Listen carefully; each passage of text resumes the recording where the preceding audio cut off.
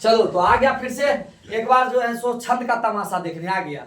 देख लो तमाशा है कि नहीं। छंद के अंग हम पहले बता दिए थे, अब छंद के अंगों का हम बारे में बताते हैं बाबू। छंद के बारे में वर्ण और मात्रा, वर्ण और मात्रा। वर्ण टोटल 52 होता है। हिंदी की बात करो तो उसमें दो तरह के बांटेंगे, हर्ष बांटेंगे, दो तरह से बांटेंगे। एगो स्वर बांटेंगे, स्वर, और एक क्या बांटेंगे, व्यंजन। स्वर बांटेंगे और क्या बांटेंगे, व्यंजन। दूसरा मार्कर कहाँ है?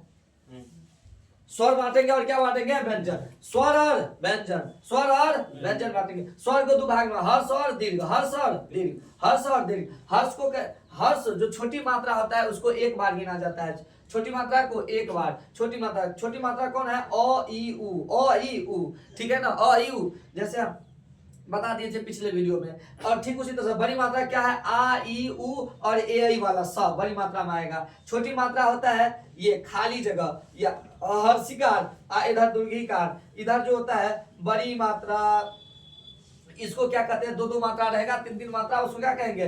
दीर्घ कहेंगे। दीर्घ को एस की तरह दिखाया जाता है। एस को किसकी तरह? दीर्घ को दिखाया जाता है। दीर्घ मतलब हुआ कि यहाँ पर दो गिनती करनी। कितनी गिनती? दो गिनती करनी है, दो गिनती करना है, ठीक है। इसके बाद पद या चरण। पद या चरण किसी भी, चाहे दोहा हो, स्वरठा हो, चौपाई हो, जितना आप पढ़ोगे है ना, चाहे बरबे हो, अल्लाह उल्लाह हो, या गति का, रोला, हर गति का, हर गति का, अहीर, तोमर, वीर, अल्लाह। इसमें चार, किसी में चार पंक्ति, किसी में दो पंक्ति रहेगा। वही हुआ चार चरण चार पद, या तो चार चरण होगा या दो चरण होगा। उस चरण को हम दल भी कहते हैं। क्या कहते हैं? दल। प्रत्येक उसके पंक्ति को क्या कहेंगे? दल कहेंगे। प्रत्येक पंक्ति को दल कहेंगे, दल कहेंगे। संख्या, क्रम और गण। संख्या, क्रम और गण। संख्या, गिनती को, गणना को क्या कहेंगे? गणने की कला को क्या कहेंगे? संख्या। हाँ, और क्रम में लिखना है, जरपटार नहीं लिखना है। जो भी वर्ड रहेगा, जय हनुमान ज्ञान गुण सागर, जय कपीस त्रिलोक उजागर, इनको क्रम से लिखना है। कोई वर्ड को उल्टा सिल्टा नहीं करना है, क्रम से लिखना है। और गिनती, उसको गिनती करना है। गिनती इसी आधार पर करेंगे, इसके आधार पर, लघु गुरु के आधार पर। तो सिखा देते हैं लघु गुरु क्या होता है। जब व्यंजन के साथ छोटी मात्रा लग जाए, हर्ष वाला व्यंजन के साथ छोटी मात्रा लग जाए, अ ई उ, तब वो हो जाता है लघु। क्या कहलाता है? लघु। और लघु को हम एक बार गिनते हैं, लघु को एक बार गिनते हैं, लघु को एक बार कहते हैं। व्यंजन के साथ छोटी मात्रा जुड़ जाए, व्यंजन के साथ छोटी मात्रा जुड़ जाए, उसे हम एक बार गिनेंगे। और व्यंजन के साथ बड़ी मात्रा जुड़ जाए, उसे हम दो बार गिनेंगे। क्या गिनेंगे? दो बार। जैसे कि दोस्तों व्यंजन ख है, ख में सिर्फ ख है, या छोटी मात्रा लगा है तो इसको एक बार गिनेंगे। लेकिन इसी ख में बड़ी मात्रा लग जाए तो दो बार गिनेंगे। दोस्तों जैसे कि प है, प में पहर्षिकार छोटी मात्रा लगा हुआ है, एक बार गिनेंगे। दो बार बड़ी मात्रा लग जाए, दो बार गिनेंगे, है कि नहीं। फू को एक बार गिनेंगे क्योंकि छोटी है लगा मात्रा, छोटी मात्रा लगने से लघु कहलाएगा। तो ये खू लघु हुआ, और ये वाला खू जो है सो गुरु हुआ। क्या हुआ? गुरु। उसी तरह से पी क्या हुआ? लघु हुआ। और पद का पी क्या हुआ? नहीं गलती हो गया, पी क्या हुआ? लघु। और पदुघीकार वाला क्या हुआ? गुरु हुआ। उसी तरह से संयुक्त अक्षर में एक अपवाद है, उसको सीख लो। संयुक्त अक्षर में एक अपवाद है कि जैसे चंदन, जैसे कि चंदन दोस्तों, चंदन को देखना कि अगर चंदन जो आधा अक्षर है, आधा अक्षर, उसके पहले वाला जो अक्षर रहेगा वह भी गुरु ही कहलाएगा। जबकि ये होता है लघु, होता तो लघु है लेकिन गुरु कहलाएगा। तो आधा, ये अपवाद है, अपवाद थोड़ा ध्यान रखना कि आधा अक्षर रहता है संयुक्त अक्षर, उसके पहले वाला गुरु कहलाता है। ये हम थोड़ा दे दिए तो दे दिए, कह दिए तो कह दिए, हो गया। इसके बाद दोस्तों ध्यान रखना, गति मतलब हो जाता है लय ताल राग। अगर ढंग से गति रखोगे ना बोलने वक्त में तो वही लय हो जाएगा, नहीं तो बेसुरा हो जाएगा, बेढंग हो जाएगा। अब ढंग हो जाएगा, कोई लठिया लेके मारेगा, अरे तो ये गीत गा रहा है। लय ताल राग के लिए उत्पन्न के लिए आपको शब्दों पर अपना आवाज का गति एकदम सिस्टम में रखना होगा, उसी से लय और ताल उत्पन्न हो जाती है। तो बताओ ना, छंद का कौन सा ऐसा अंग है, छंद का कौन सा अंग है जो लय ताल और राग के लिए जिम्मेदार है? तो वो है गति। कौन है? गति लय ताल के लिए जिम्मेदार है। ठीक है। इसकी तरह से दोस्तों यति, कौन यति, विराम। यति मतलब होता है विराम। अगर आपको कोनो जगह देखते हैं बोलते बोलते कहीं रुक जाते हैं फिर बोलते हैं, तो थोड़ी देर रुकना को ही क्या कहते हैं, गीत गाते वक्त में या चौपाई सौरठा गाते वक्त में थोड़ी देर रुक जाना ही क्या कहलाता है, यति कहलाता है। यति कहला रुक जाना, विराम। इसके बाद था तुक। क्या था, तुक। तुक में क्या होता है दोस्त,